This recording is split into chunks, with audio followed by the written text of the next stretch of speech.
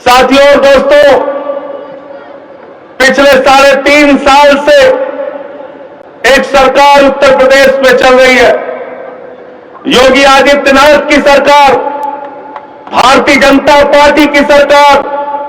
और आप याद कीजिए, 3.5 साल पहले जब ये लोग सत्ता में आए थे तो याद कर लेना, पाल समाज और पिछड़े वर्ग के दम पर ये सत्ता में आए थे। ये किसी एक जाति, किसी एक धर्म के दम पर सत्ता में नहीं आए थे।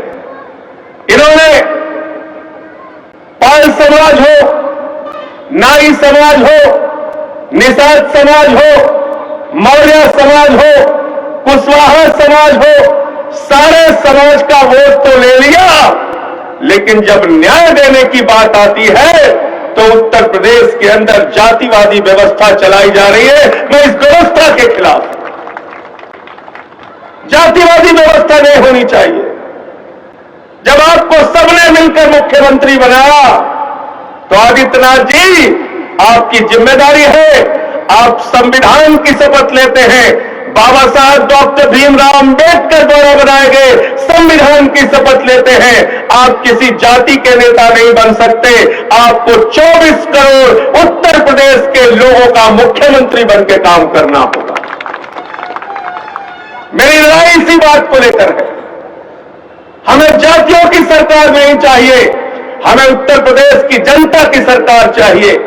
क्योंकि जो मुख्यमंत्री के तौर पर बैठा है वो न्याय की कुर्सी पर बैठा है, वो उत्तर प्रदेश के अभिभावक के तौर पर काम कर रहा है।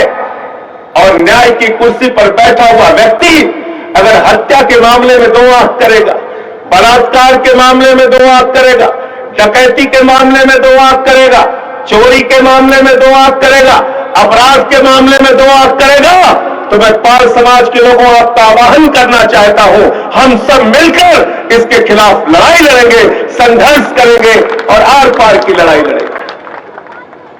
हमने देखा ब्रजेश पाल का मामला हुआ, हमारे बेटा लाल दिवाकर जी गए थे साथ में, हमारे प्रदेश के सचिव आशुतोष पांडे जी बैठे, हम सब लोग साथ में गए थे। कई दिनों से अपहरण हो गया, परिवार के लोग बार बार चक्कर काटते रहे, कहते रहे हमारे बच्चे को खोजा जाए, लेकिन उत्तर प्रदेश का पुलिस का प्रशासन ब्रजेश पाल का पता नहीं लगा पाता। उसकी लाश मिलती है, उसकी हत्या कर दी जाती है, लेकिन न्याय नहीं मिलता। हमने देखा संजीत यादव का यही अपहरण हुआ कानपुर के अंदर, लेकिन वहां उत्तर प्रदेश की पुलिस, तुमने 30 लाख रुपए भी परिवार से दिलवा दिया और बच्चा भी नहीं बचा पाए। उस संजीत यादव की भी हत्या हो गई अपहरण के बाद। हमने देखा बलिया के अंदर क्या हुआ, जयप्रकाश पाल सीओ मौजूद, एसडीएम मौजूद, पुलिस वाला मौजूद, योगी आदित्यनाथ की सरकार मौजूद, और भरी पंचायत के अंदर उसके बेटे के सामने जयप्रकाश पाल के सीने में गोली मारकर उनकी हत्या कर दी गई। जब मैंने कहा इस बात को कि हत्यारों को सजा दो, क्योंकि उत्तर प्रदेश की सरकार उस हत्यारे को बचाने में लगी थी, और उस दिन देखकर आंख से आंसू भी आया, मन में गुस्सा भी हुआ, आक्रोश भी पैदा हुआ कि उस हत्यारे का साथ देने वाले विधायक के ऊपर भारतीय जनता पार्टी का प्रदेश अध्यक्ष फूल की वर्षा करता है। ऐसे प्रशासन से न्याय कैसे मिलेगा, जरा हमको बताओ। उस विधायक पर फूल वर्षा कर रहा है प्रदेश अध्यक्ष, किस बात की फूल वर्षा कर रहे हैं? इसलिए कि उसने एक हत्यारे का साथ दिया। मैं ये कहना चाहता हूं, याद कर लेना, आपने अपने दम से उत्तर प्रदेश की सरकार बनाई है। 25-25 एमएलए आपके होते हैं, 2-2 एमपी आपके होते हैं, राज्यसभा में एमपी आपके होते हैं, उच्च सदन से लेकर विधानसभा तक, एमएलसी तक आपके समाज से लोग होते हैं। लेकिन एक भी आदमी अगर आवाज नहीं उठाता तो जब आपके बीच में आए तो इनसे सवाल जरूर पूछना कि जब हमारे ऊपर मुसीबत पड़ी तो आप कहां छिपे हुए थे, कहां थे आप? जवाब दीजिए। आपको बताना पड़ेगा, क्योंकि आज जयप्रकाश पाल के परिवार कि लोग न्याय मांग रहे हैं, वो डरे हुए। उत्तर प्रदेश में अपराध हो जाए आप नहीं बोल सकते, किसी की हत्या हो जाए आप उसके घर में शोक संवेदना व्यक्त करने नहीं जा सकते। उत्तर प्रदेश के अंदर आदित्यनाथ के खिलाफ बोलना देशद्रोह हो गया है। 4 महीने में मेरे ऊपर 14 मुकदमे किए गए, देशद्रोह का मुकदमा मेरे ऊपर लगाया गया, मेरे पार्टी का दफ्तर बंद कर दिया गया, मेरी पत्नी घर में थी वहां पे पुलिस भेजकर धमकाने की कोशिश की गई। मैं आदित्यनाथ आपको कहना चाहता हूं 14 नहीं 1400 मुकदमे करो, लेकिन हम न्याय के लिए लड़ते रहेंगे, संघर्ष करते रहेंगे, अपनी आवाज उठाते रहेंगे। उत्तर प्रदेश में खुलेआम आपको गुंडागर्दी करने की छूट नहीं दी जाएगी, आपके नेताओं को गुंडागर्दी करने की छूट नहीं दी जाएगी। कैसी पार्टी है आपकी पार्टी योगी आदित्यनाथ जी? बेटी बचाओ का नारा देते हो आप लोग, बेटी बचाओ का नारा देते हो, मिशन शक्ति चला रहे हैं उत्तर प्रदेश के अंदर। अरे इस मिशन शक्ति का क्या करें? अखबार खोलकर देखते हैं तो खून के आंसू बह जाते हैं। 4 साल की बच्ची के साथ बलात्कार, 8 साल की बच्ची के साथ बलात्कार, 10 साल की बच्ची के साथ बलात्कार, 12 साल की बच्ची के साथ बलात्कार, बलात्कार करने के बाद शरीर काट दिया जा रहा है, गर्दन तोड़ दी जा रही है। ऐसी ऐसी नृशंस हत्या के मामले सामने आ रहे हैं, लेकिन उत्तर प्रदेश के बैठे हुए मुख्यमंत्री के मुंह से एक आवाज उनके लिए नहीं निकलती। मैं पूछना चाहता हूं, बताओ हमें, जब वाल्मीकि समाज की एक बच्ची का हाथरस में बलात्कार हुआ, उसके गले की हड्डी तोड़ दी गई, अलीगढ़ मेडिकल कॉलेज की रिपोर्ट आ गई कि रेप हुआ है, उसके बावजूद उन बलात्कारियों के पक्ष में अगर खड़े होते हो तो हमें सवाल उठाना चाहिए कि नहीं उठाना चाहिए? मैं आपसे पूछना चाहता हूं। हमें बोलना पड़ेगा, आवाज उठानी पड़ेगी इन अत्याचारों के खिलाफ। मैं गया था हाथरस, हमारे साथी भी साथ में थे, सोमनाथ पाल जी भी गए थे, वहां हमारे ऊपर हमला करा रहे हो, स्याही फिकवा रहे हो आदित्यनाथ जी। ये बदर घुड़की किसी और को दिखाना आदित्यनाथ जी, मैं आपसे कहना चाहता हूं जो एक काली स्याही फेंककर अपने काले कारनामों को छुपाने की कोशिश कर रहे हो, इसी काली स्याही से तुम्हारा काला इतिहास लिखने का काम करूंगा, इसी काली स्याही से।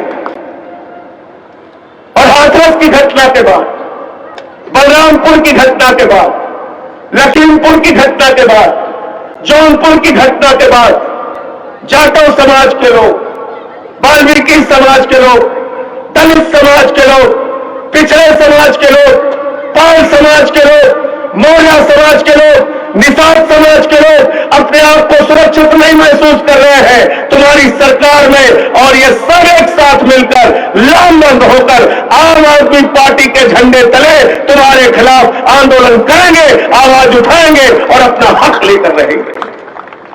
मुझे पीड़ा हुई गाजियाबाद में जब मैंने अखबार में पढ़ा कि जाटव समाज के, वाल्मीकि समाज के 250 से ज्यादा लोगों ने हिंदू धर्म छोड़ दिया।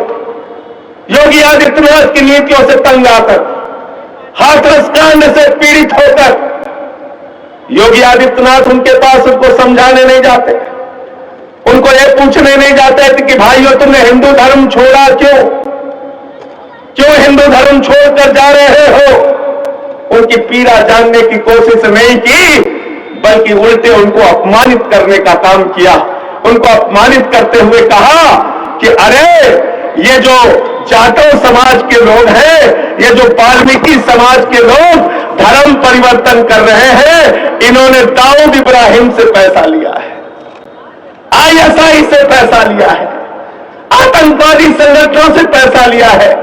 मैं आदित्यनाथ जी आपसे पूछना चाहता हूं, मैं भारतीय जनता पार्टी के लोगों तुमसे सवाल करना चाहता हूं, राजरत्न अंबेडकर जी जो बाबा साहब डॉक्टर भीमराव अंबेडकर के परपौत्र हैं, उन्होंने आके बौद्ध धर्म की दीक्षा गाजियाबाद में दिलाई थी, तो क्या भाजपा ये कहना चाहती है कि बाबा साहब का परिवार दाऊद इब्राहिम से जुड़ा है?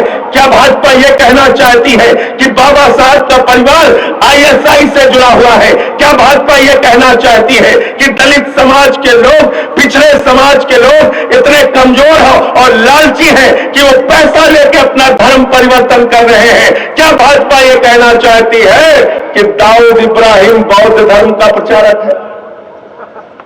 दाऊद इब्राहिम बौद्ध धर्म का प्रचारक है क्या? दाऊद इब्राहिम बौद्ध धर्म का प्रचारक है क्या? अरे उन्होंने तो बौद्ध धर्म अपनाया, बौद्ध धर्म, और तुम कह रहे हो दाऊद इब्राहिम से पैसा लेके बौद्ध धर्म अपनाया। अपमानित करते हैं दलित समाज को, अपमानित करते हैं पिछड़े समाज के लोगों को। इसलिए अपने स्वाभिमान की रक्षा करने के लिए हम सबको संगठित होना होगा, एक साथ आना पड़ेगा और लोकतंत्र के अंदर जिसकी आबादी 1 करोड़ हो उसको न्याय के लिए अगर दर दर की ठोकरें खानी पड़े तो कमजोरी हमारी है, कमजोरी उनकी नहीं है। 1 करोड़ की आबादी है पाल समाज की, पूरे उत्तर प्रदेश में 1 करोड़, और 1 करोड़ तो जो दूर की बात है, अगर यहां पर जितने लोग बैठे हैं ये हमारे तमाम भाई आदित्यनाथ जी 5 लाख लोगों को लेकर भी लखनऊ आ गए तो तुमको छोड़ के गोरखपुर भागना पड़ेगा। गोरखपुर, तुमको लखनऊ छोड़ के गोरखपुर भागना पड़ेगा। इसलिए जनता की एकता, जनता की पीड़ा, जनता के संगठन, जनता की मांगों पर ध्यान दो, उसको सुनो, उसका समाधान करो, अहंकार में जिंदगी मत जियो। आज आम आदमी पार्टी जिससे हम लोगों का ताल्लुक है, जाकर दिल्ली में हमारे काम को देख लीजिए। जो काम केजरीवाल जी की सरकार कर रही है उससे समाज के अंतिम आदमी को सबसे अधिक लाभ है। एक ऐसी सरकार दिल्ली में चल रही है जिस सरकार ने 200 यूनिट बिजली फ्री देने का काम किया, 400 यूनिट बिजली आधे दाम पे देने का काम किया। आज उत्तर प्रदेश में स्मार्ट मीटर के नाम पर घोटाला हो रहा है। मीटर आपका 30% तेजी से भागता है, मीटर 30% ज्यादा दाम आपका लेता है। पिछले 2 साल से उत्तर प्रदेश की जनता से 30% बिजली का दाम ज्यादा लिया गया है। हम लोग कह रहे हैं ये 30% पैसा ब्याज सहित वापस करो, वरना तुम्हारे खिलाफ आंदोलन छेड़ने का काम आम आदमी पार्टी करेगी। 200 यूनिट बिजली फ्री दिल्ली में देते हैं। जब केजरीवाल जी मुख्यमंत्री बने, सरकारी स्कूलों का दौरा करने गए, मनीष सिसोदिया जी भी साथ में थे। जाके पूछते थे बच्चे कहां बैठते हैं, तो बताया जाता था इसी टाट पट्टी पे बैठते हैं। बच्चियां कहां टॉयलेट जाती है, तो बताया जाता था स्कूल में तो टॉयलेट है नहीं। लैब किधर है, तो पता चलता था उसमें मकड़ी के जाले लगे हैं। जिन स्कूलों में मकड़ी के जाले लगे हुए थे साथियों और दोस्तों, आज उन सरकारी स्कूलों में आपके बच्चों की पढ़ाई के लिए एयर कंडीशन कमरा बनवाने का काम अरविंद केजरीवाल की सरकार ने किया। कोई गरीब आदमी, ऑटो वाले का लड़का, रिक्शे वाले का लड़का, रेहड़ी पटरी लगाने वाला कल्पना नहीं कर सकता था कि हमारा बच्चा किसी बड़े इंग्लिश मीडियम स्कूल में पढ़ेगा। लेकिन GD Goenka modern school, Sardar Patel, बड़े बड़े स्कूलों में आज गरीब आदमी का बच्चा दिल्ली के अंदर आम आदमी पार्टी और अरविंद केजरीवाल की सरकार के राज में पढ़ रहा है। जाकर देखिए, वहां सरकारी स्कूलों में एथलीट के ग्राउंड, हॉकी के ग्राउंड, वहां सरकारी स्कूलों में स्विमिंग पूल का निर्माण हुआ है। दिल्ली की सरकार ने हर मोहल्ले के अंदर मोहल्ला क्लिनिक बनाया। मोहल्ले में मोहल्ला क्लिनिक बनाकर 200 तरह की जांच वहां फ्री होती है, अल्ट्रासाउंड वहां फ्री होता है, एमआरआई दिल्ली में फ्री होता है। और दिल्ली के अंदर अगर 30 दिन से ज्यादा आपको ऑपरेशन की डेट मिल गई तो बाहर जाके प्राइवेट में ऑपरेशन करा लो, उसका पैसा अरविंद केजरीवाल की सरकार देती है।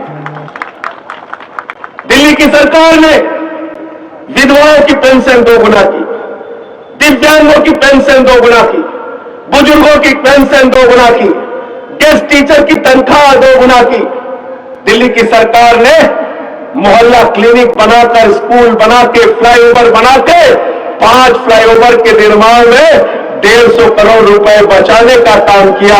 बाबा की सरकार में तो पुल बनता नहीं, पैसा निकल जाता है, वहां पुल बनता है तो पैसा बचाया जाता है। और इसलिए हमने मुनाफे का बजट दिया। 60 करोड़ का, 60,000 करोड़ का बजट हो गया दिल्ली का। जब आए थे तो 30,000 करोड़ का था। यानी इतना काम करने के बाद भी मुनाफे का बजट अगर दिल्ली की सरकार दे रही है, इसका मतलब आपके पैसे का, आपके टैक्स के पैसे का ईमानदारी से इस्तेमाल करके आपकी सेवा कर रही है। और आदित्यनाथ की सरकार आपके पैसे में ऑक्सीमीटर की दलाली खा रही है, थर्मोमीटर की दलाली खा रही है, भ्रष्टाचार कर रही है और बिजली का दाम बढ़ाने का काम कर रही है।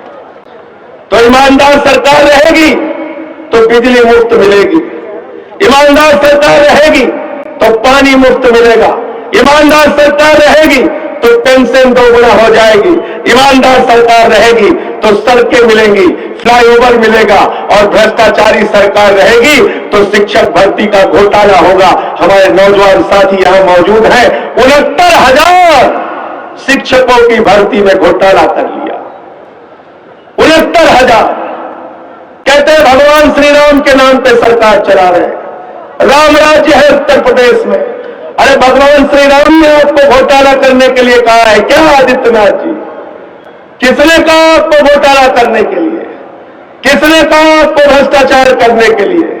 किसने कहा आपको भेदभाव करने के लिए? अरे प्रभु श्री राम के आदर्श को जरा पढ़ लेना।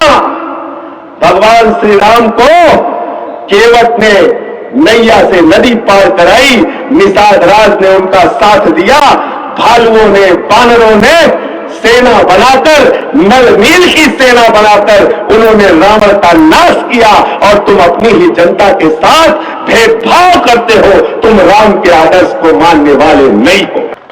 इसलिए साथियों और दोस्तों, मैं आपसे कहना चाहता हूं, एकजुट हो जाइए, संगठित हो जाइए और हम सबको मिलकर अपने हक, अपने अधिकार के लिए लड़ाई लड़नी है।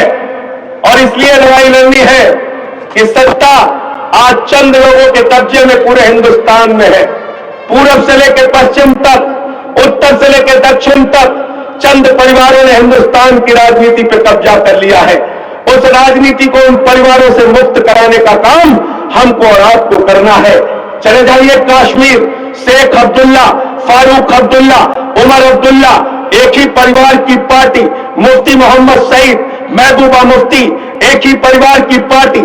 चले जाइए पंजाब, प्रकाश सिंह बादल, सुखबीर बादल, हरसिमरत कौर, विक्रम मजीठिया, आदेश प्रताप सिंह, एक ही परिवार की पार्टी। चले जाइए महाराष्ट्र, बाल ठाकरे, उद्धव ठाकरे, आदित्य ठाकरे, एक ही परिवार की पार्टी। शरद पवार, सुप्रिया सुले, अजीत पवार, एक ही परिवार की पार्टी। चले जाइए हरियाणा, चौधरी देवीलाल, ओम प्रकाश चौटाला, अभय चौटाला, अजय चौटाला, दुष्यंत चौटाला, एक ही परिवार की पार्टी। चले आइए उत्तर प्रदेश, चौधरी चरण सिंह, चौधरी अजीत सिंह, जयंत चौधरी, एक ही परिवार की पार्टी। मुलायम सिंह यादव, अखिलेश यादव, रामगोपाल यादव, शिवपाल यादव, धर्मेंद्र यादव, डिंपल यादव, प्रतीक यादव, आदित्य यादव, एक ही परिवार की पार्टी। चले जाइए बिहार, लालू यादव, राबड़ी यादव, तेजस यादव, मीसा यादव, एक ही परिवार की पार्टी। रामविलास पासवान, पारस पासवान, चिराग पासवान, एक ही परिवार की पार्टी। हेमंत सोरेन, दुर्गा सोरेन, शिबू सोरेन, एक ही परिवार की पार्टी। चले जाइए उड़ीसा, बीजू पटनायक, नवीन पटनायक, एक ही परिवार की पार्टी। चले जाइए तमिलनाडु, करुणानिधि, कानीमोई, स्टालिन, अलागिरी, एक ही परिवार की पार्टी। भारतीय जनता पार्टी, राजनाथ सिंह, पंकज सिंह, नीरज सिंह, कल्याण सिंह, राजवीर सिंह, रमन सिंह, अभिषेक सिंह, वसुंधरा राजे, दुष्यंत सिंह, प्रेम कुमार धोमिल, अनुराग ठाकुर, एक ही परिवार की पार्टी। और इस देश की अब तक की सबसे बड़ी पार्टी कांग्रेस पार्टी। चाचा नेहरू, बिटिया इंदिरा, बेटवा राजीव, बेटवा संजय, बहू सोनिया, बेटवा राहुल, बिटिया प्रियंका, दामाद बाड्रा, एक ही परिवार की पार्टी। पार्टी कहां जाए बताओ? पार्टी है, हिंदुस्तान की एकमात्र पार्टी है आम आदमी पार्टी।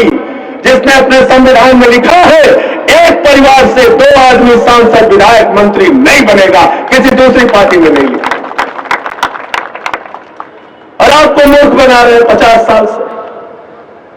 कोई कहता है पंजे पे वोट दे दो, कोई कहता है कमल पे वोट दे दो, कोई कहता है साइकिल पे वोट दे दो, कोई कहता है लालटेन पे वोट दे दो। हाथी तो खाती ही ज्यादा है। कोई कहता है हाथी पे वोट दे दो, हाथी पे वोट दे दो। हाथी का हाल देख लिया आपने। अब हाथी के सूंड में कमल का फूल चला गया है। इनसे भी सावधान रहना है आपको। इसलिए इन प्राइवेट लिमिटेड कंपनियों को अगर बंद कराना चाहते हो और आम आदमी की सरकार लाना चाहते हो, जो सरकार आपके हक में, आपके लिए, आपके बच्चे के लिए, आपके भविष्य के लिए काम करे, तो आम आदमी पार्टी के साथ आइए। हम सब मिलकर लड़ेंगे, एक साथ मिलकर संघर्ष करेंगे। हम देखना चाहते हैं कितने मुकदमे लिखे जाएंगे, कितना जेल भेजा जाएगा।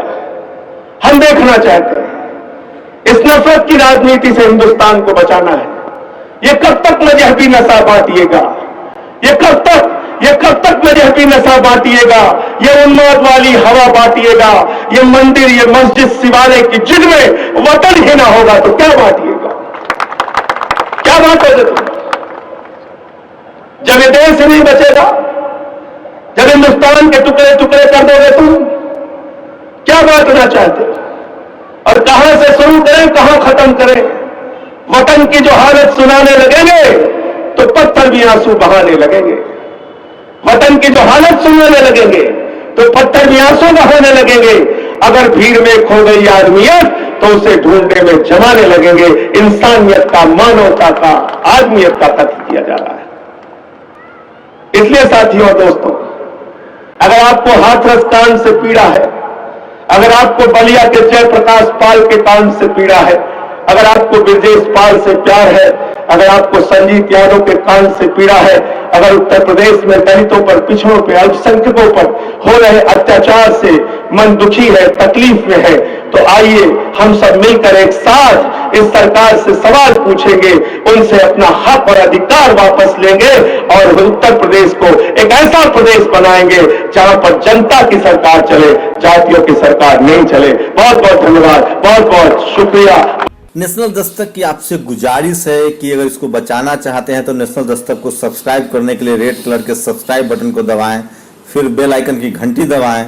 नेशनल दस्तक को बचाने के लिए बहुत जरूरी है कि हर खबर को शेयर करें, लाइक करें, कमेंट जरूर करें।